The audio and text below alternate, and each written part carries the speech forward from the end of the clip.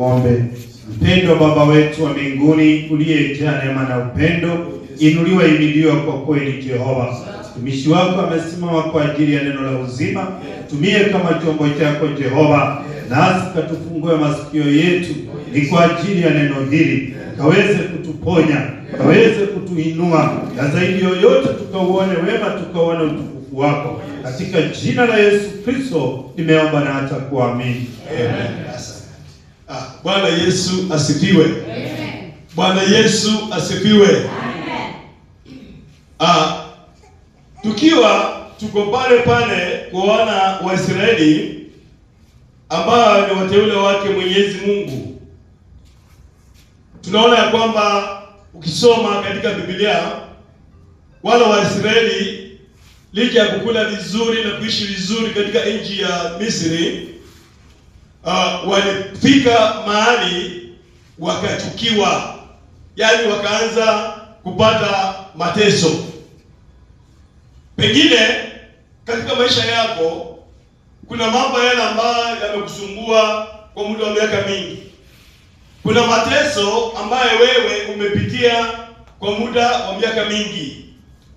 Lakini nataka nikwambie kwamba licha ya wewe kuteseka na kuhangaika kwa muda mwingi, kuna siku ambayo Mungu amepanga ambayo utafunguliwa na kuwa huru, na kwamba tena mateso hautayaona bali ni furaha utaiona mbele za maisha yako. Bwana asifiwe sana. Amen. Bwana Yesu asifiwe. Amen. Wana wa Israeli waliteseka muda wa miaka mingi. Walikaa kwenye shida muda wa miaka mingi. Wakateseka kwa muda wa miaka mingi. Lakini siku moja, hata moja, Waisraeli hawakuacha kumuomba Mungu wao. Hata siku moja Waisraeli hawakukosa kufanya ibada zao. Waisraeli hawakukosa kumtolea Mungu wao dhabihu. Waisraeli hawakukosa kwenda hekaluni kumuomba Mungu wao. Licha kupitia kwenye mateso na mashaka kule Misri, Waisraeli walisimama na kusema kwamba hata licha tunapitia mateso magumu, wewe utabaki kuitwa Mungu. Bwana asifiwe sana. Amen. Bwana Yesu asifiwe. Amen. Ndugu yangu, dada yangu, nakwambia yale ambayo unayopitia katika maisha, changamoto unazoziona katika maisha, zisikuweke wewe kuwa mbali na Mungu wako. Endelea sana kuomba Mungu, kwa sababu Biblia inasema kwamba wana wa Israeli walipozidi kumuomba Mungu, ndipo Mungu alipokaribia sana kusikia maombi yao. Bwana asifiwe sana. Bwana Yesu asifiwe. Wakristo tumekuwa watu wenye roho ndogo. Wakristo tumekuwa wenye tabia mbaya, wale wasiopendeza Mungu. Tunaposikia mambo kidogo tumejikwaza. Nasema ya kwamba baraza la kanisa lake wacha akae. Unasema kwamba kanisa la Nuru sina likanyaka. Wacha wakae na makanisa yao kwa sababu ya vikwazo na changamoto za maisha. Lakini nataka nikwambia kwamba wana wa Israeli walipitia magumu. Wana wa Israeli waliteseka. Wana wa Israeli walichapwa viboko, wakanyimwa vyakula, wakanyimwa matibabu, lakini hawakuacha kumuomba Mungu. Haleluya. Amen. Bwana asifiwe sana. Amen. Bwana Yesu asifiwe. Amen. Biblia inasema ya kwamba wana wa Israeli walikaa kwa mateso. Wana wa Israeli walichapwa viboko na kuuawa. Wengi wakanyimwa vyakula, wengine wakatopolewa mishipa za miguu yao wakifungwa minyororo, wengine wakafungwa mishero, wakafunguliwa nguo zao na kuchapwa mishoroni katika migongo zao, lakini hawakuacha kuomba Mungu. Amen. Bwana asifiwe sana. Amen. Dada yangu, ndugu yangu, sijui ni jambo gani ambalo umelipitia vigumu sana kuliko yale mateso wana wa Israeli waliopitia. Sijui ni jambo gani ambalo umeliona wewe ambalo limekuwa ni gumu sana katika maisha yako kupita yale mateso wana wa Israeli walipitia, lakini hawakuacha Mungu hata siku moja. Amen. Bwana asifiwe sana. Amen. Bwana Yesu asifiwe. Amen. Pasha nitende mu kanisa. Mnabona kushiriki kidogo wakarumba udikhala bili yako. Mnakumoja kidogo wakarumba ndangili kanisa. Yesu yitanga. Bwana asifiwe sana. Amen. Bwana Yesu asifiwe. Amen. Biblia inasema kwamba wana wa Israeli walipitia mambo magumu mpaka Mungu akamteua Musa akamwambia kwamba ninakutuma kwa Farao, ukamwambia kwamba kilio cha wana wa Israeli sasa kimefika katika macho yangu, na masikio yangu imesikia kilio cha wana wa Israeli, nami mwenyewe nimetazama machozi yao. Sasa nimeshuka mimi mwenyewe kuwaokoa kutoka kwenye utumwa wa wana wa Misri. Bwana asifiwe sana. Amen. Bwana Yesu asifiwe. Amen. Dada yangu uliyoko mahali hapa, nataka nikwambia, haijalishi ya kwamba umelia muda mgani, watu wa dunia hii wamekukwaza moyo kwa muda gani, wapendo ulio nao, mke wako ama mume wako amekukwaza kwa muda wa miaka mingapi? Amekusumbua na kukuumiza moyo kwa muda wa miaka mingapi? Naye kutia moyo ni kwamba endelea na kuomba, endelea na kuambia Mungu, niko hapa, baba yangu ninateseka, Mungu wangu ninapitia magumu, baba ninataka ushuke mwenyewe. Bwana asifiwe sana. Bwana Yesu asifiwe.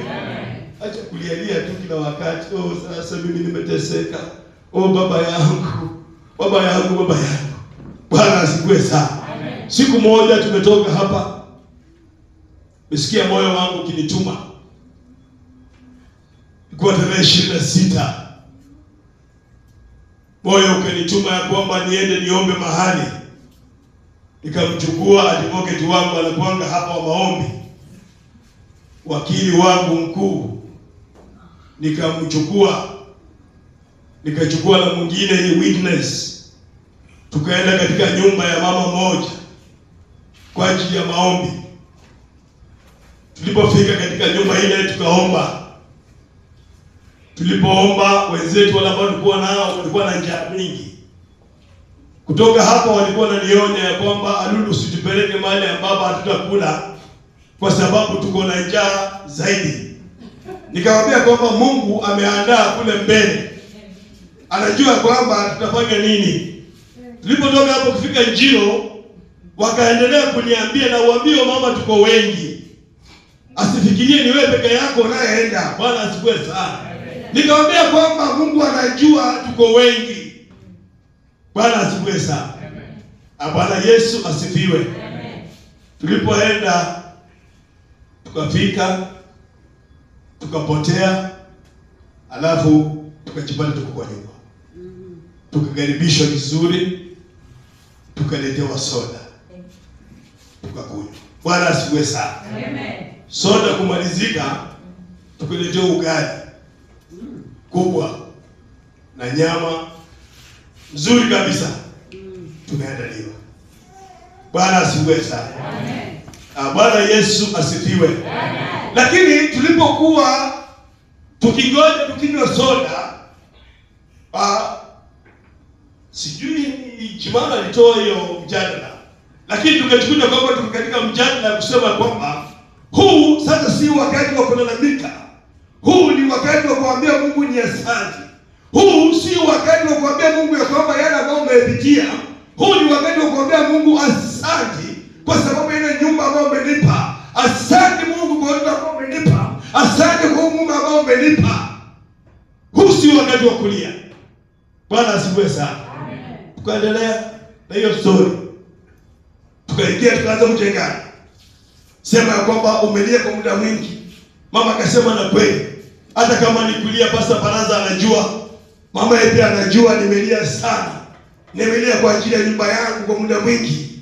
Nimelia sana mimi, nimelia. Nimeishi katika mateso. Tukamwambia kwamba huu si wakati wa kulia. Huu ni wakati wa kusema asante. Huu ni wakati wa kushukuru kwa yale ambayo Mungu amekutendea. Hata kama ni mlevi amekupa ni wako. Hata kama ni mchawi amekupa ni wako. Bwana asifiwe sana. Mama akasema na ni kweli. Kauliza mama, kuna siku umelala njaa? Hapana. Kuna siku umekatazwa kwenda kanisani? Hapana. Kuna wakati umenyang'anywa hata sadaka usiende kanisani? Hapana. Na huyu mzee ambao unayesema kwamba endi kanisani, ambao unalia, unamdanganya sadaka? Hapana. Unamdanganya fungu la 10? Hapana. Bwana asifiwe sana. Amen. Kabla pili huu mzee akaingia. Ako hivi. Bwana asifiwe sana. Amen. Kidogo huyu nakujua ananipoi. huyu namjua, huyu namjua, karibu. Tukaingia tukakaa. Nataka nikwambia kwamba, nakwambia hivi, mchawi wa mtu ni mtu mwenyewe, na pia mkanga wa mtu ni mtu mwenyewe. Anayejiweza kujitoa katika utumwa, ambaye amekalia ndani ya masiku mengi, ni wewe mwenyewe. Unayeweza kujitoa pale ambapo unaona kwamba ni shida, umekalia kwa muda mwingi, ni wewe mwenyewe. Ukioji katika maisha yako, uangalia kwamba ni wapo ambao unakosea. Sababu mzee alipofikia kwa nyumba, aliposema mambo yake yote, mama akasema kwamba tunamuonea. Bwana asifiwe sana. Amen. Bwana Yesu asifiwe. Amen. Mzee akasema kwamba huyu ni mtu ambaye anaomba siku zote na hana shukrani. Hata umpatia 2,000 ndio hii, anakwambia hii nini umenipatia? Bwana asifiwe sana. Amen. Hata umpatia 10,000 saa hii, akitoka akiingia na kuambia ulinipea nini? Wewe ni nani mbele ya watu? Huyu ni mzee mlevi, anasema mbele ya mama Mkristo. Bwana asifiwe sana. Amen. Bwana Yesu asifiwe. Amen. Tulikaa mahali pale, tukaongea na tukajua kwamba shida si mlevi, shida ni Mkristo. Bwana asifiwe sana. Amen. Shida si huyu mlevi ambaye analewa. Shida ni huyu Mkristo ambaye analia kila wakati, miaka nenda miaka rudi, ya kwamba Mungu analia mpaka anaanguka. Yeye ndiyo shida. Bwana asifiwe sana. Amen. Bwana Yesu asifiwe. Amen. Bwana Mungu akatoa ufunuo katika nyumba ile. Bwana Mungu akatoa ufunuo, tukaongea yale mambo ambayo yalijenga. Mama akasema hakika ni Mungu aliyewatuma mahali hapa. Mmenijenga, mmenifunulia mambo ambaye nimekaa katika wokovu sijawahi kufunuliwa. Nimekaa katika wokovu sijawahi kuuona. Bwana asifiwe sana. Amen. Bwana Yesu asifiwe. Amen. Kwa hivyo tatizo lako linaenda kusumbua miaka nenda miaka rudi, ni wewe mwenyewe ambao unanijua, ambaye akamwambia Mungu ya kwamba mimi ninakaa na moyo huu, baba yangu, ninaishi maisha haya kwa sababu ya moyo wangu. Bwana asifiwe sana. Kuna watu wamebeba mioyo migumu hata kuliko mawe. Kuna watu hawajui msamaha ndani ya maisha yao. Kuna watu hawajui kusema pole ndani ya maisha yao. Kuna watu hawajui mambo ya asante kwa ajili ya kidogo kile ambacho wamepewa. Huyo ndio kizingiti cha maisha ya watu wengi katika maisha ya Kristo. Bwana asifiwe sana. Amen. Bwana Yesu asifiwe. Amen. Tulikuta kwamba mama hawezi kumshukuru mzee hata siku moja. Mzee anaelewa mambo ya Biblia sana. Anapotoa kitabu mama anakuambia huyu anakutolea kitabu mpaka 100 hapa. Hakuna kitu anajua. Bwana asifiwe sana. Amen. Baba mzee anasema unasikia? Mkristo. Bwana asifiwe sana. Amen. Bwana Yesu asifiwe. Amen. Lakini nashukuru Mungu ya kwamba tulipotoka katika nyumba ile, tulitoka na utukufu wa Mungu kama umeshuka. Jana nilipokuja kaenda stendi kwa Jimani, nikamuuliza ushawahi kuangalia ile kondoo tulienda kuona, sababu ni kondoo lake. Anasema mimi hata hajawahi kupiga simu. Bwana asifiwe sana. Amen. Podcast wangu hata simu peke yake, nilipotoka mahali pale, licha kukula na kushiba, hakukumbuka kupiga simu ya kwamba tumefanya nini, bwana mmetoka wapi. Bwana asifiwe sana. Amen. Bwana Yesu asifiwe. Amen. Ndugu yangu, dada yangu, nataka nikwambia kwamba yale mambo ambayo tunayopitia, tunayoyaona kwamba sisi ni mambo machache sana, yale ni madogo sana mbele zake Mwenyezi Mungu, yale ambayo tukikubali sisi wenyewe ya kwamba ujijue ya kwamba mimi ninafanyaga hivi na ninataka niwaje kutoka sasa. Hakika tunapoenda katika mwaka huu wa 2026, yale mambo ambayo unayopitia hautayaona tena. Bwana asifiwe sana. Amen. Soma katika kitabu cha Kutoka. Tuangalie katika kitabu cha Kutoka, ikiwa ni mlango wa 14 kuanzia mstari wa 10.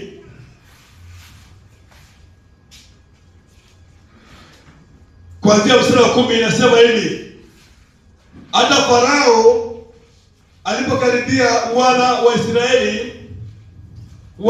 Israeli wakainua macho yao, na tazama Wamisri wanakuja. Nimeanzia mbali. Bwana asifiwe sana. Amen. Bwana Yesu asifiwe. Amen.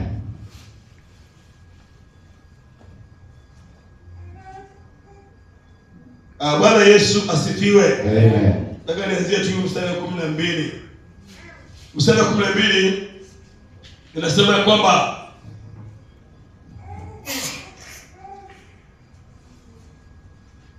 ngoja nianzie tu hapo. Inaanza mstari wa 9. Mstari wa 9 inasema hivi. Wamisri wakawapa hii story kwa nini kuji. Nataka ikuje yote na itaje kuja. Waje tuanze mstari wa 5. Ambaye inasema hivi, mfalme wa Misri akaambiwa ya kuwa wale watu wamekwisha kukimbia, na moyo wa Farao na mioyo ya watumishi wake ikaukuzwa. Moyo wake ilikeuzwa ili iwe kinyume cha wao watu. Wao wakasema, ni nini jambo hili tulilo tenda kwa kuwacha Waisraeli waende zao, wasitutumikie tena? Akaandalia gari lake, akawachukua watu wake pamoja naye. Tena akatua magari 600 yaliyochakuliwa na magari yote ya Wamisri, na maakita juu ya magari hayo yote. Na Bwana akaufanya moyo wake Farao mfalme wa Misri kuwa mgumu, naye akawafuata wana wa Israeli, kwa sababu wana wa Israeli walitoka kwa ujeuri. Wamisri wakawafuata nyuma yao, farasi zote na magari yote na Farao na askari zake wenye kupanda farasi na jeshi lake, nao wakawapata ili hali wamepanga pale karibu na bahari, karibu na munisomea hapa Bilbihod ama Bilbihod, kukabili Sefoni. Hiyo ni ngumu. Bwana asifiwe sana. Amen. Nataka uchukue neno mbili mahali pale. Amen. Sababu ninasoma kwa haraka. Hata Farao alipokaribia wana wa Israeli, wakainua macho yao, na tazama Wamisri wanakuja nyuma yao. Wakaogopa sana. Wana wa Israeli wakamlilia Musa, wakamwambia Musa, je, kwa sababu hapakuwa na makaburi katika Misri umetutoa huku ili tufe jangwani? Mbona umetutendea haya? Mbona umetutendea haya kututoa katika nchi ya Misri? Bwana asifiwe sana. Amen. Kwanza nikoma hapa kidogo. Bado niko nataka karibu 10 hivi. Bwana Yesu asifiwe. Amen. Bwana Yesu asifiwe. Amen. Hii Biblia inaongea juu ya wana wa Israeli. Unaona ya kwamba mstari wa 9 Mungu anawatoa wana wa Israeli. Mungu anawatoa wana wa Israeli Misri kwa mkono wa Musa. Anawaongoza kwa njia zote. Lakini Biblia inasema kwamba Wamisri wanaona kwamba kama wametoka kwa ujeuri. Yaani wametoka kwa kiburi. Wametoka na madharau.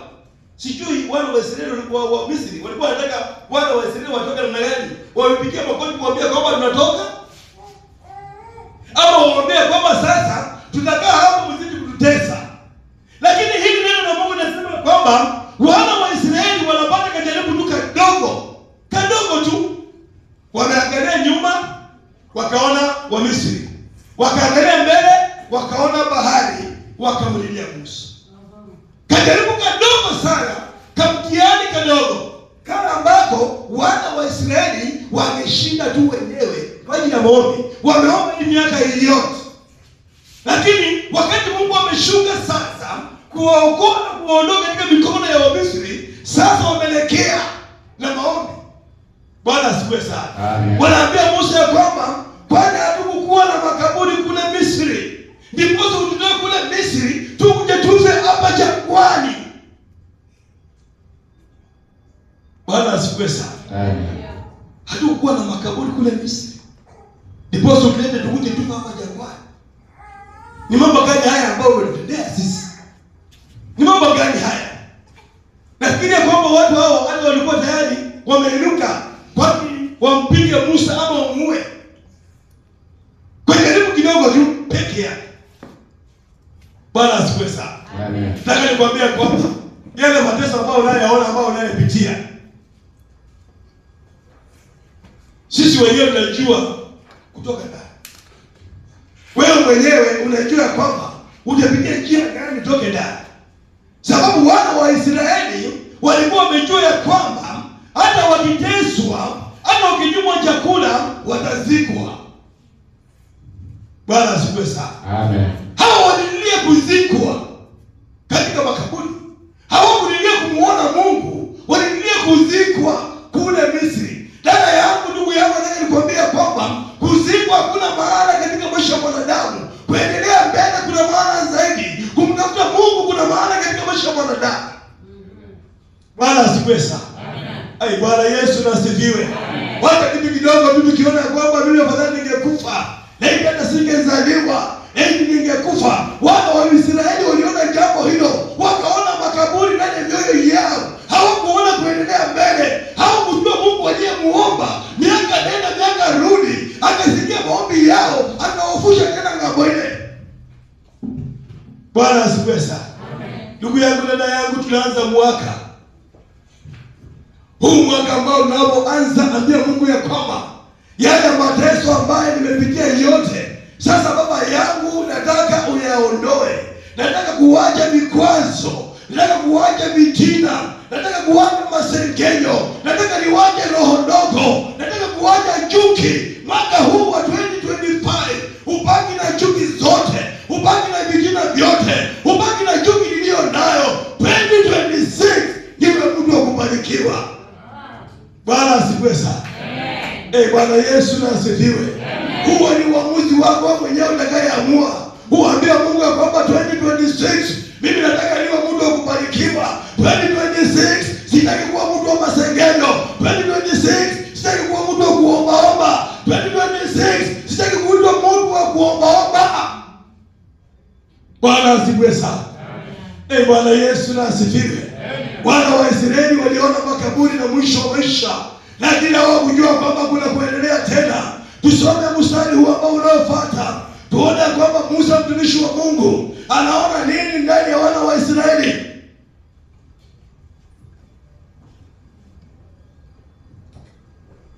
Mstari wa 12 inasema hivi.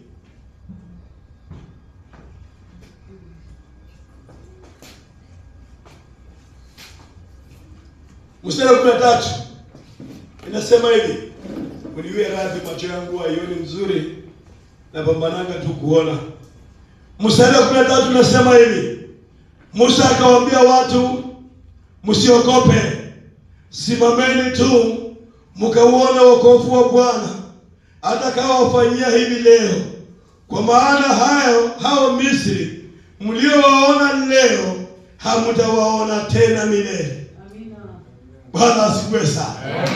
Huyo ni mtumishi wake Mwenyezi Mungu ambaye anaambia wana wa Israeli ya kwamba simameni mkakae kimya, mkarudie tena katika maombi mliokuwa naye zamani, mkamkumbuke Mungu wenu aliyewakumbuka zamani, mkamlilia Mungu mliokuwa mkimlilia. Kwa sababu haya mateso mnayoyaona sasa Watu waseme amen. Bwana asifiwe sana. Kukosa pesa ambayo unayokosa na kuhangaika na magonjwa, hakika hautaiona tena milele. Mtu aseme amen. Mtu wa Mungu aseme amen. Umekapika na kusema mambo, umesema bila ujiwezi, umesema bila wewe ni omba. Ambia Mungu haya mambo sasa, mwaka wa 2026 sitaonekana tena milele. Mtu aseme amen. Watu waseme amen. Tunataka kufanikiwa 2026. Tunataka kuona amani ya Bwana 2026. Tunataka kuingia katika kanisa la Mungu mfululizo 2026. Bwana asifiwe sana. Tumisho Mungu anaambia kwamba simameni mkakae kimya, mkautazame wokovu ambaye Bwana Mungu atawafanyia hivi leo. Hao Misri mnaowaona sasa hamtawaona tena milele. Haya mateso ambayo unayapitia sasa hautayaona tena milele. Haya magonjwa ambayo yanayokusumbua hautayaona tena milele. Hii shida ambayo unazozipitia hautajiona tena milele. Haya masemano ambayo yanayosemwa hautaiona tena sasa milele. Watu waseme amen. Bwana asifiwe sana. Bwana Yesu asifiwe. Watu tumekaa tukijiongea mambo mengi, tumekaa tukikatakata mambo katika mioyo. Tumekuwa na mioyo ya kiburi ndani ya kanisa, tumekuwa na mioyo ya masengenyo ndani ya kanisa. Ambia Mungu sasa, mwaka wa 2026 masengenyo katika kanisa haitakuwepo tena, haitaonekana tena milele. Bwana asifiwe sana. Bwana Yesu asifiwe. Mtumishi wa Mungu akasema kwamba simameni imara. Simameni imara na mnyamaze kimya, mkauona wokovu wa Bwana anaowafanyia. Nami kama mtumishi wa Mungu naambia kwamba simameni imara, mkarejeshe imani mliokuwa nayo ya kwanza, mkauona matendo ya Mungu, mkauona wokovu wa Mungu atakayowafanyia mwaka wa 2026. Bwana asifiwe sana. Bwana Yesu asifiwe. Ambia Mungu, kama nikulia nimelia sana, kama nikuteseka nimeteseka sana, kama nikusemwa nimesemwa sana, kama ni shida nimepitia mingi, kama ni magonjwa Mungu wangu nimeyapitia, kama ni kulala njaa watoto wangu wamelala njaa. Baba yangu nataka ifike kikomo, Mungu wangu nataka ifike kikomo. Bwana asifiwe sana. Bwana Yesu asifiwe. Huu ni mwaka mpya, mwaka wa mafanikio. Niliona rais ameingia, amesema kwamba huu ni mwaka wa mafanikio, ni mwaka wa mabadiliko, ni mwaka wa kuleta amani, ni mwaka usio na machafuko. Ambia Mungu, nimekaa katika machafuko. Bwana asifiwe sana. Bwana Yesu na asifiwe. Huu ni mtu ambao umebeba kidogo, ambao tunamngoja Mungu. Bwana asifiwe sana. Bwana Yesu asifiwe. Huu ni wakati wa kuambia Mungu, sasa nataka nifuke katika mwaka. Mateso yote ambayo niliyopitia mwaka uliopita. Dada yangu, ndugu yangu, mwenyewe unajijua. Unajua ile mambo unapitia, umejaribu hata biashara haiendi. Umejaribu hata kuandikwa kazi haiendi. Umejaribu sana katika maisha hayasongi. Wewe unajua kwamba ni mambo gani ambayo umepitia. Nataka tunaposimama hapo kwa kutubu, tukifuka kabla tufuke mwaka, ambia Mungu wako ya kwamba haya mambo yote ambayo nimepitia sasa nataka niyaone mwisho. Haya mambo ambayo nimepitia, Mungu wangu nataka niyaone mwisho. Mstari wa 14 inasema kwamba Bwana atawapigania ninyi, nani mtanyamaza kimya. Pigieni Mungu makofi. Pigieni Yesu makofi. Ambia Yesu atanipigania. Sema nataka Yesu anipiganie. Sema nataka Yesu nipiganie. Nataka Yesu unipiganie. Nataka Yesu unipiganie. Nami ninyamaze kimya. Nami ninyamaze kimya. Bwana asifiwe sana. Bwana Yesu asifiwe. Sema kwamba Mwenyezi Mungu ataupigania, nani mtanyamaza kimya. Mstari wa mwisho ambao anasema hivi, twende katika kutubu, Anasema hivi, Bwana akamwambia Musa, mbona unanililia mimi? Waambie wana wa Israeli waendelee mbele. Bwana mnasumbua baba kila saa. Pasa niombe. Pasa nifanyie. Pasa. Mbona Mungu anamuuliza, "Ambia hao Kristo kwani wanalilia? Kwani wanalilia?" Waambia fanya nini? Waendelee mbele. Endelea ile maombi ambayo ulikuwa ukiomba. Endelea kabisa, usiwache. Hata nijamuona kwamba unaomba na ujibiwi. Wewe endelea na mbele na kuomba. Endelea mbele. Bwana asifiwe sana. Ai, Bwana Yesu asifiwe. Tuendelee kuomba. Tuendelee kwenda mbele. Tuendelee mbele za Mungu. Nataka tusimame sasa. Nataka tusimame tuende mbele za Mungu. Kabla tutamaliza mwaka huu, tuambie Mungu ya kwamba sisi tunakuja kwako sasa. Mungu wangu, nataka unisamehe, nataka unitakaze, nataka uniinue, nataka ukae pamoja nami, nataka ninyamaze kimya, wewe unipiganie. Oh, Yehova.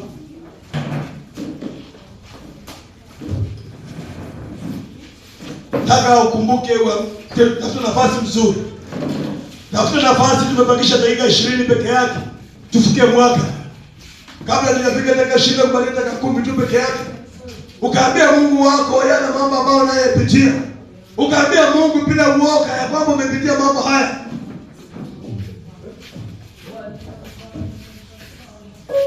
Enda mbele za Mungu dakika 10 dakika 5. Tukaribishe mwaka. Ambia Mungu yale mambo ambayo umepitia, yale mambo ambayo tumependa, yale ambayo umefanya, yale ambayo umepitia kwa kusema, umepitia kwa kuongea. Ambia Mungu, mimi nimejikwaza. Ambia Mungu, nimefanya mambo mengi yasiyofaa. Ambia Mungu wangu, haleluya. Oh, haleluya. Asante Kristo, asante Yehova.